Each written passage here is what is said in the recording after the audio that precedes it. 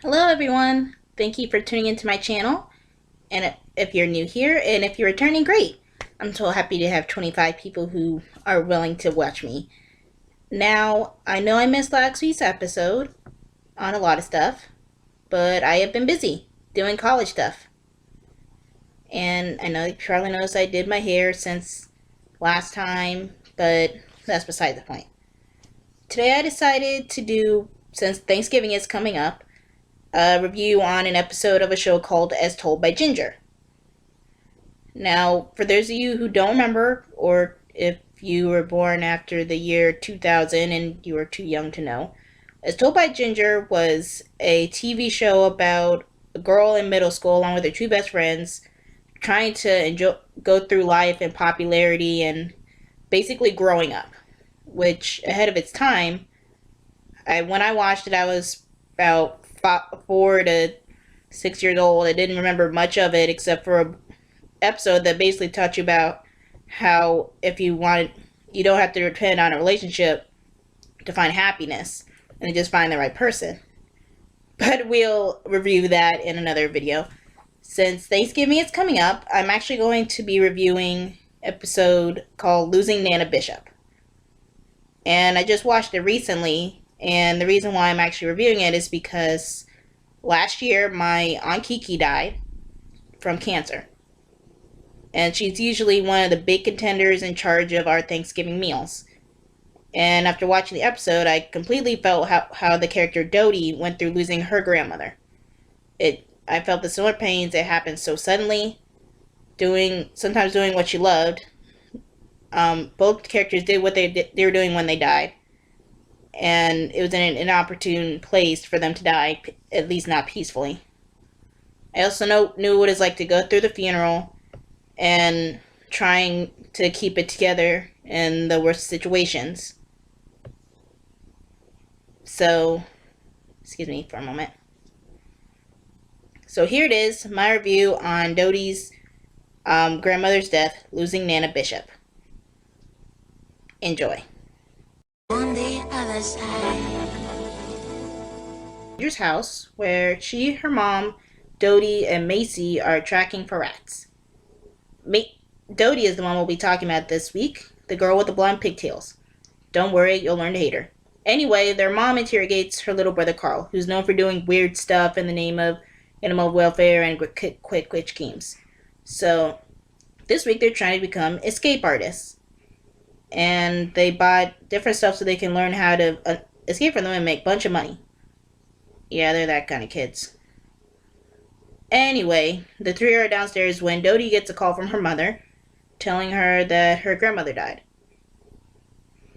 Now, this is one of my favorite parts of the series, just because they can trade this stuff realistically. Emotions in real life, they can trade realistically. And what does Hoodsy say when he finds out his grandmother died? Hoodsy, I have some terrible news. Nana Bishop died tonight. Okay. Thanks for letting me know. We have to practice now. Hoodsy, our grandmother died. We have to go home, now! Fine. Yes, you heard that right. He is not upset that his grandmother just died. In fact, he just shrugged it off like, oh, the game got canceled because so-and-so. To put this more into perspective, watch this clip. Believe me, spending all day with Gordo yelling at me is going to be better than being in my house. Everyone's all sad and talking about my grandmother all the time. It's kind of depressing. Death is supposed to be depressing, Hoods. Yeah, but I'm not sad, Carl. I don't miss my grandmother or anything. I mean, I liked her okay, but I don't think she liked me very much. She'd laugh at me for no reason. Nana never laughed at Dodie. Just don't know how I'm going to stand there at the funeral and talk about her and pretend I'm sad and all. Considering this cartoon came out in 2000, I have to say it's funny that Hoodsy sounds just like a millennial when he heard that their grandparents died. And since I was raised by my grandma when I was little when my parents were at work, I have to say this. Hoodsy, you're going to regret that. Very soon. I hope you do. Now, Ginger wants to know more about her grandparents since they died before she was born. Now, here is Hoodsy and Dodie's mom at literally the most gentle of her entire appearance on this series. You'll learn to hate her too. Hi, Mrs. Bishop. Sorry to hear about Mrs. Bishop's passing. The other Mrs. Bishop. Thank you, girls. Here, my mom baked this for you. It's tuna noodle. She didn't use cheap tuna, did she? I'm allergic to mercury. I don't think so. Dodie's up in her room if you want to go up. Marge? Yeah, so what were we... Yes. Someone brings you food for your wake, and you ask them if they use the cheap tuna.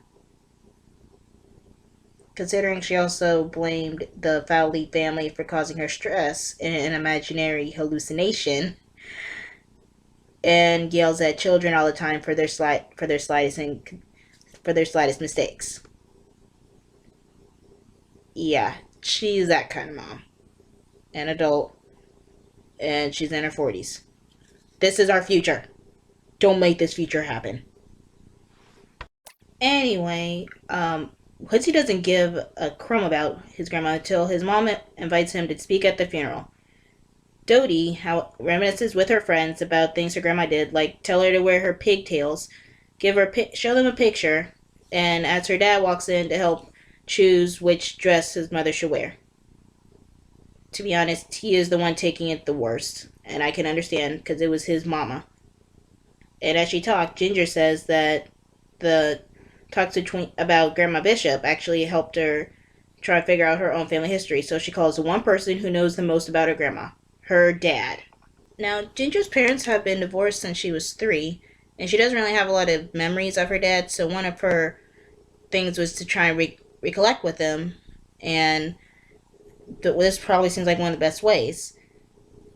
Now, to be fair, this is also another heavy hitter show, but that'll be addressed in another episode. Now, they finally meet up, and Ginger finally gets to ask her dad about her grandma, like what she wanted to do, and he shares some things with her, like how her grandma would drive around to get Ginger to go to sleep, and she loved her and take her out for walks in the park and stuff. And soon they shoot and have some father-daughter bonding. Now, remember those rat traps, remember earlier? They found out those rats are squirrels let in by Carl because he left a bunch of nuts in the house for them to eat over the summer and fall. As he cleans up the rat problem, Ginger and Lois go through a box of her grandma's old stuff from her dad. They learn about home movies, and her mom will point out reminiscent little things about her grandma, which finally helps. Ginger sees that there are some picture frames in the box and decides to give one to Dodie for the picture we mentioned earlier. Hoodsie talks about how he doesn't really know how to deal with talking at the funeral, and he really wants it to make it all go away. And he can't tell his parents about it, and he accidentally locks himself in the cage without remembering that there's no key. On the day of the funeral, everything is played very realistically. I can understand Dodie's face when she's looking out that window. And for the funeral, Ginger decides to give Dodie the picture frame so that she can put that crumpled up picture of her and Nana Bishop in it. And now we'll hear the eulogy. Hi. My name is Robert Joseph, and I'm the dead lady's grandson. My mom asked me to talk about Nana Bishop, but I'm not sure what to say. Nana made me nervous, so I avoided her a lot. Oh my goodness. She didn't really know how to play boy games. She liked dolls. When she and Dodie did girl stuff, I'd play with her denture cleaning tablets, which are really cool because they make all this blue foam. And if you use a whole bunch of them, you can pop the lid off a soda bottle. Nana thought it was funny when I ate one, but it wasn't. It tasted nasty. Nana used to tell me that I should try new things. Like when she took me to the Nutcracker Ballet. I don't know what she was getting at. It was just a bunch of people jumping around with no words or pants or anything. Though the battle with the giant rats was kind of cool. She used to make me eat rum raisin ice cream, too. But she let Dodie have chocolate. Nana said that every man in the Bishop family has to learn to like rum raisin, even though raisins are gross. Guess it's like some kind of family tradition, like Dodie's pigtails. I guess that stuff doesn't seem so dumb now. Maybe Nana was just trying to share junk with Dodie and me, so that we'd remember her better after she went to that great big bingo hall in the sky. I know I'll never look at blue foam or a raisin and not remember how Nana used to laugh at me and pinch my cheek really hard.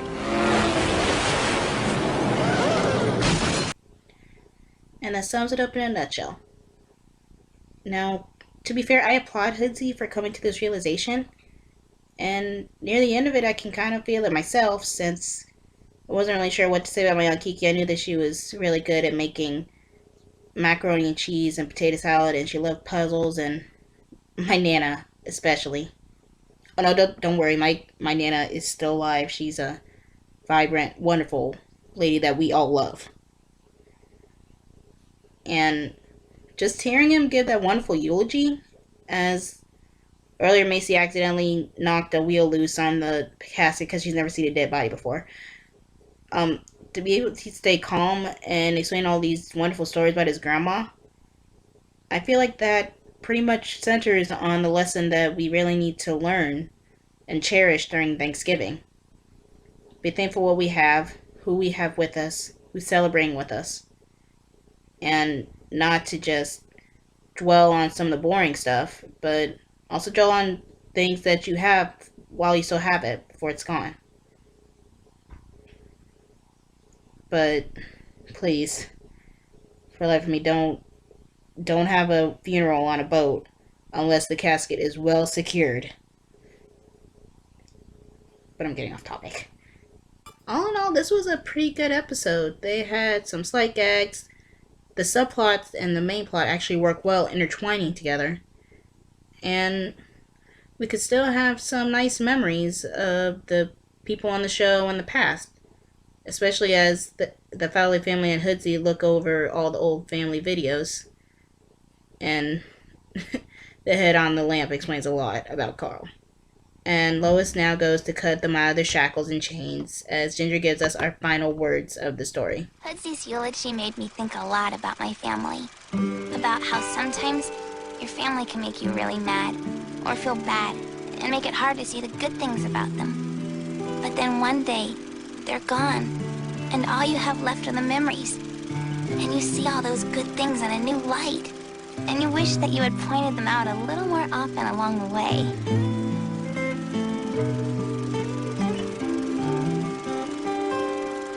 Before you go on, yes, this was a Nickelodeon show made by the same people who made Rugrats and the Wild Thornberrys. And I wish they made more TV shows like this for kids now. And I bet you'll be wondering, what do you mean TV shows like this now? What I'm saying is, since the liquidation of all TV shows that have been seen as pointless and dangerous to children's minds, Saturday morning cartoons, and more moral guardians pushing for edutainment shows for children, I have to say, this is an edutainment show done right. It teaches real life problems realistically, and it doesn't push morals down your throat. And it's not all about animals in the wild or in the zoo or being veterinarians. Not every kid wants to do that. Not every kid is interested in animals. And especially don't put it in the time slot trying to dumb down medical procedures for kids and it still doesn't make sense. I'm looking at you, Fox Kids and Kids WB. Also, Nickelodeon, please. I am glad you brought back the Splat. I am glad that you brought back some of your original programming. But I'm just saying, please, listen more to what the kids want instead of what you want, because this is why your station is at an all-time low. Because some of the creativity is gone. The stuff is getting too weird. And yes, I know the stuff from the 90s and 80s were weird. But the plots aren't making sense, and you're screwing over Dan Schneider a lot. Furthermore, I'm just saying, if you want to watch more Ginger, As Told by Ginger, I suggest you do it. It's great for a bunch of kids of all ages. and it makes so much sense on an emotional and level. Plus, you can step down with your kids and talk about different aspects of it, and it helped a lot of kids through high school. Just read through the comments on any of the episodes. And with that, I leave you. If you want to look at the original episode without my commentary, click here. If you actually want to see another video I did that's a commentary, click here. And if you want to hear about, I don't know, how to make a Chica the Chicken costume, you can click on the link down in the description below. Thanks, and have a nice day.